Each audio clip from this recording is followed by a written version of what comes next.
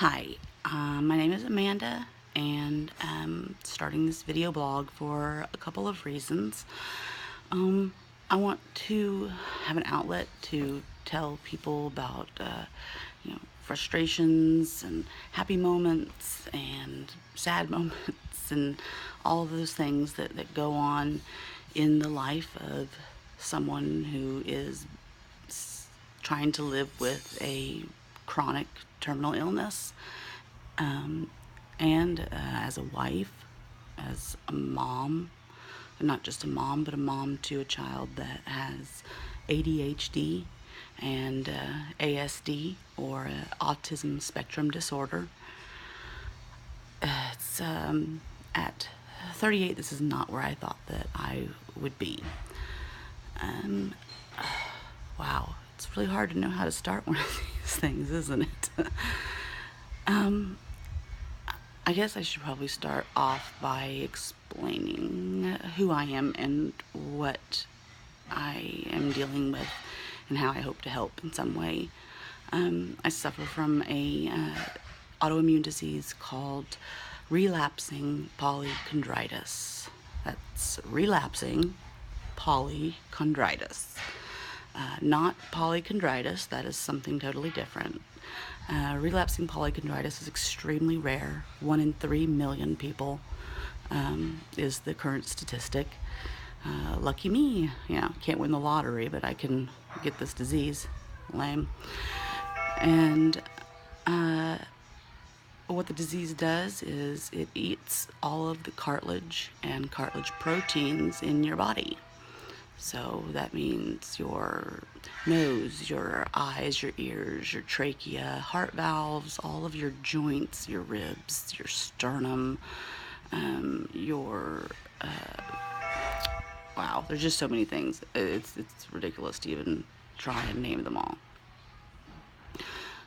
But it affects a lot, and it is painful, and it is a daily fight. I haven't had a pain-free day in 6 years.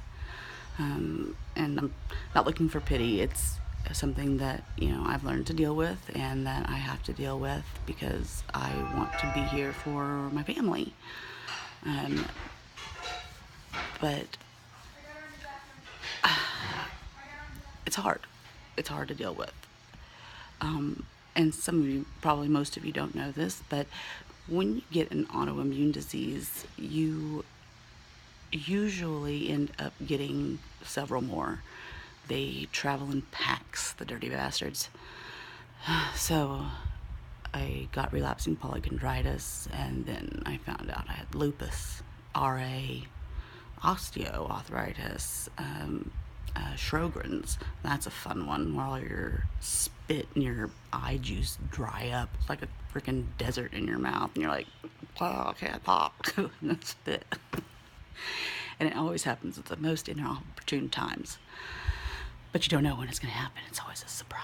So, can't say my life isn't just utterly exciting. I have fibromyalgia, also very painful. I have diabetes, and therefore I have neuropathy, which also painful. Myopathy. Sometimes I can't talk. Sometimes I can't see very well. Sometimes I can't hear. I get dizzy.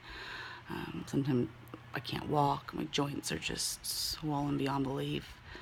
I'll have to post some pictures so you can kind of see what I looked like at the peak of all of my fabulous prednisone use. Prednisone being the devil's drug, but it's the only thing keeping me alive, so I can't very well stop taking it. So that's kind of a very raw, basic view of that. Well, as if my life wasn't wonderfully complicated with all of that, I have a 13-year-old daughter, beautiful, beautiful daughter, who has severe ADHD, and as we recently discovered, is on the autism spectrum. She's very high functioning.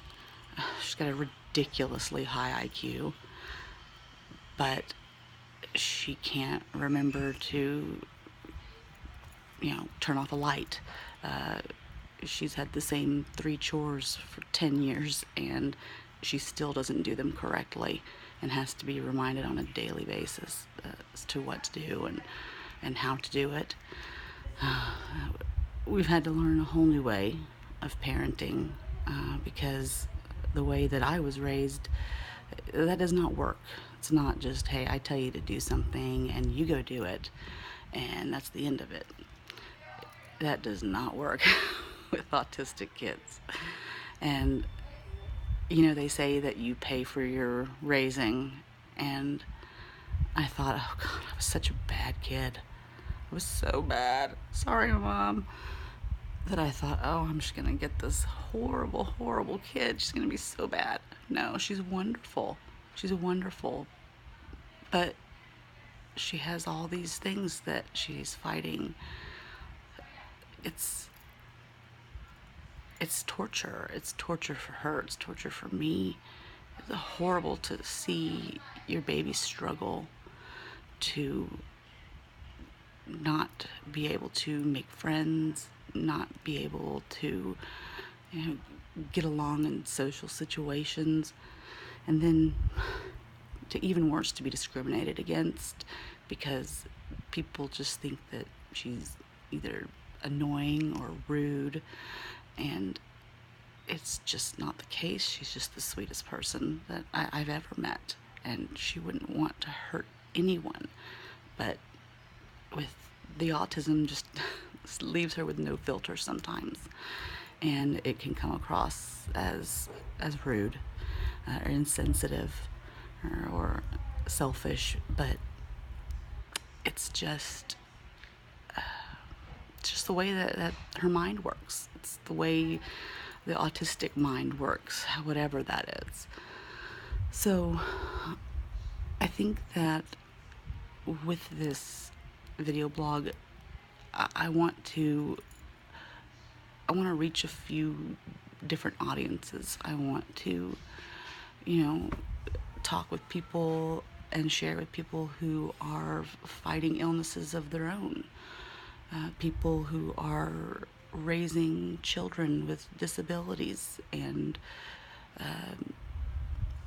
share advice and commiserate with one another, and just have a way to release all of this and to try to stop feeling guilty for being sick, guilty for my daughter having disabilities. What did I do? Did I cause it somehow? There's so much guilt involved with all of it. And I'm hoping that with this I can just maybe find some like-minded people that we can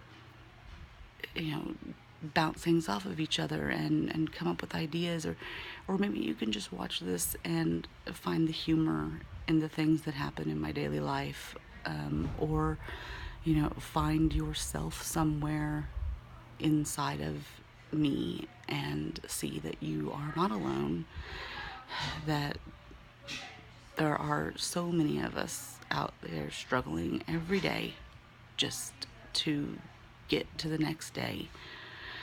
And I guess that's really my hopes.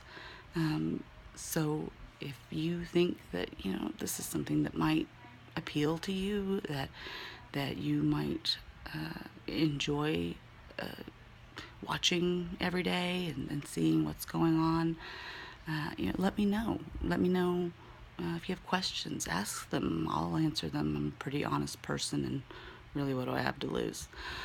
So, I guess this is me. I'm Amanda. I am a wife, a mom, a teacher, an ex-teacher, a daughter, a friend, and I just want to be the best at those things that I can possibly be, and maybe share that with everyone. So I would love to hear from you. And the next post that I put up, who knows? It might be a something funny that Avery did, or a frustration with disciplining a child with autism, or maybe about my illness. As you can see, I'm having a flare right now. See if you can get some good light on it. See, you see where it turns white right here. It's because it's so swollen. It's just all the blood has blanched out of this area, and my nose has partially collapsed. My septum on this side is partially collapsed, and I have what they call saddle nose. If you can kind of see right there, that line is actually a dent into my nose, and when you feel on it right here, you can see, I don't know if you can see it, that it's a hole. They call it saddle nose because it dipped like a saddle. It also has caused my nose to twist over time, and when I flare up really bad, it twists. You can kind of see that now. Can you see it? Yeah, you can see how it's twisting, and that is not fun. And it causes all of this referred pain. And of course, this is also the lupus butterfly rash, but the red ears, that's RP. It eats away at the ears. It makes them real floppy, and they'll eventually flop over. And you see how red they get, and it's very painful.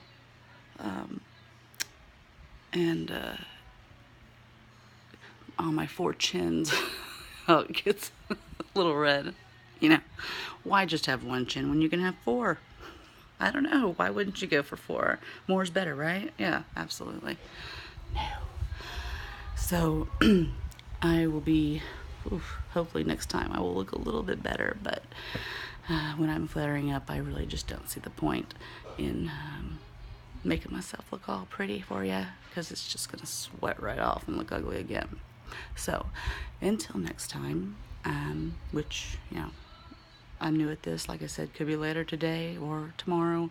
I hope that you will find some kind of interest in this and want to go through this journey with me. If so, please like my video blog and subscribe to it, and feel free to ask questions, leave comments, leave your negativity at home, because you know, I only have so long to live, and it's not enough time to listen to a bunch of bullshit. So, if you're one of those that loves to just post just so that you can hear the sound of your own voice, shove it and give it to yourself. So, to all my peoples, mwah, peace.